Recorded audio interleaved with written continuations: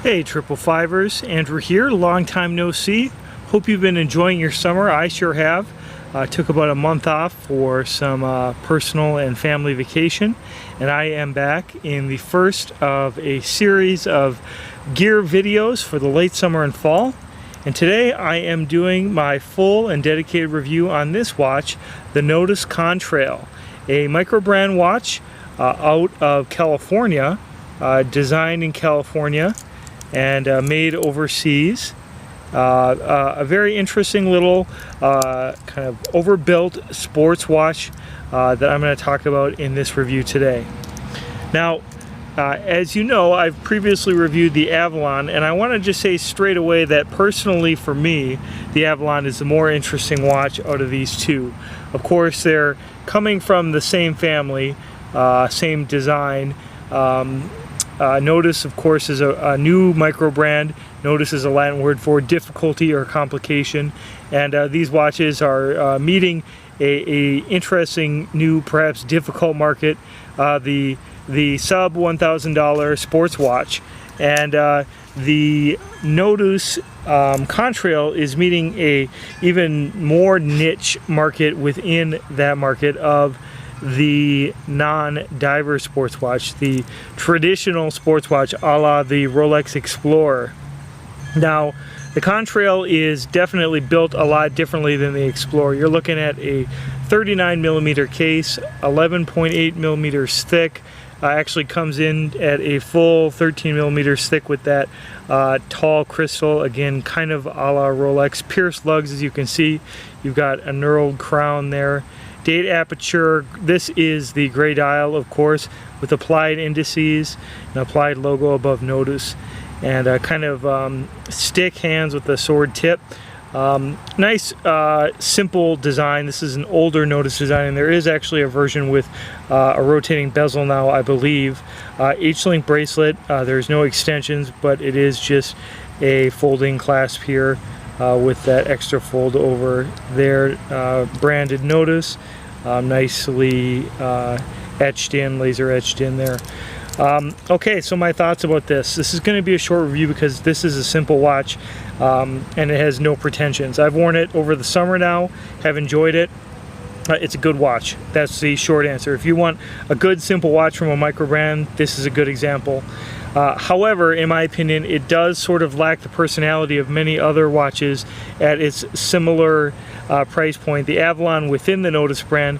But if you're looking for a non-diver bezel watch, the Alpinist, in my opinion, is just a much more interesting sports watch. And I apologize for not having synchronized these watches prior to the review. I am just in a bit of a time crunch to get this video done, and I want to just wrap things up here.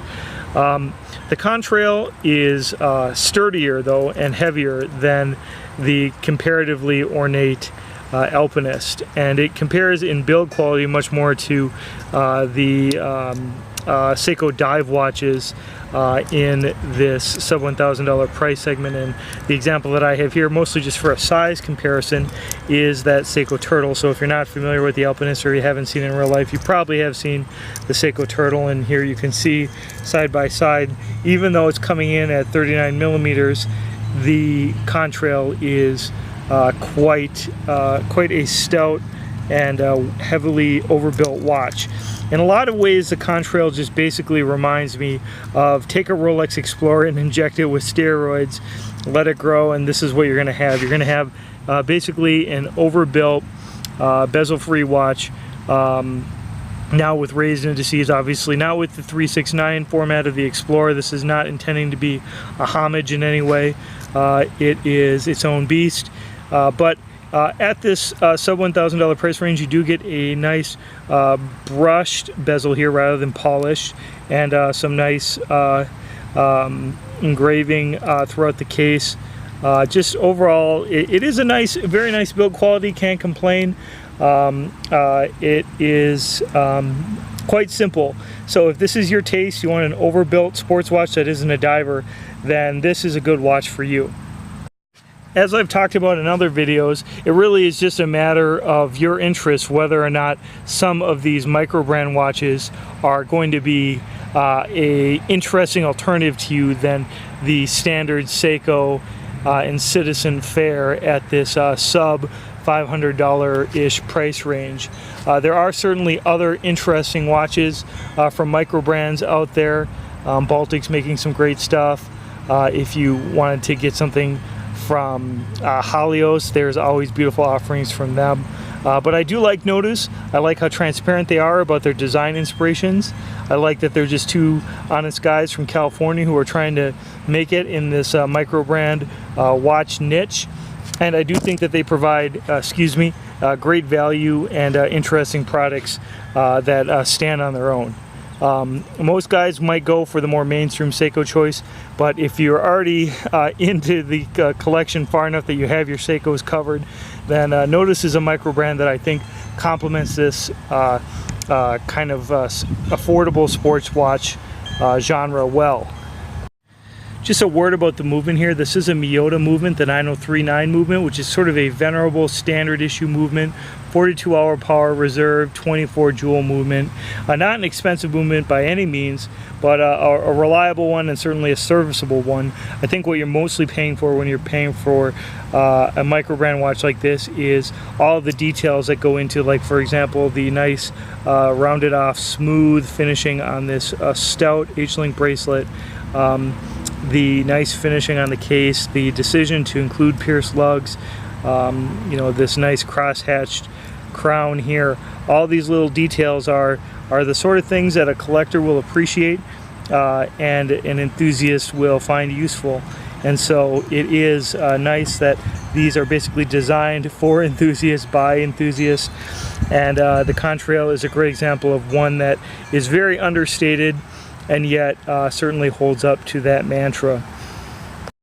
These watches were just lent to me for review by Nodus, and I'm not getting paid in any way for this review of the Contrail, so my thoughts are indeed what they are as I presented in this video. Like I mentioned, amongst the Nodus line, the Avalon is my favorite as a sort of interesting Seiko derivative that still works on its own terms. But if you're a very understated watch collector and prefer something that maybe sort of has more of a hearkening to the Rolex design vocabulary, then the Contrail is a great choice. For me, it is a little plain. It is, again, as I mentioned, derivative in some of its aspects, even though this is clearly not a homage. And so in that way, it isn't my favorite in the Nodus line, but I see why it stayed in the line even though it's one of Nodus's older designs.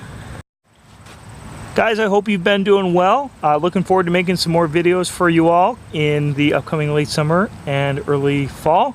Give me a thumbs up if you made it this far and you enjoyed this video. If you're a Nodus owner, I'd love to hear more about your ownership experience. Please do let me know what watches you'd like to see in upcoming reviews. And yeah, thanks again so much for watching. Appreciate it. Take care.